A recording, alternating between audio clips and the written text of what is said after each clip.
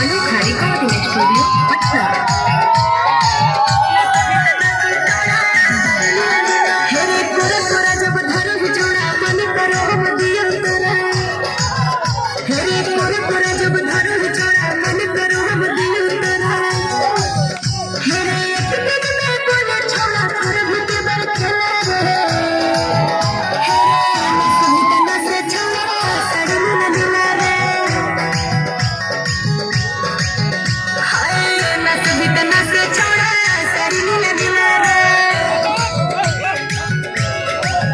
हेगे जोरे जोरे जब देबो तारा देख लगे जे दिल में तारा।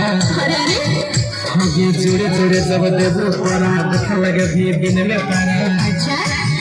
हेगे छिल छिल के देबो तारा चिनिया वाला के लागे।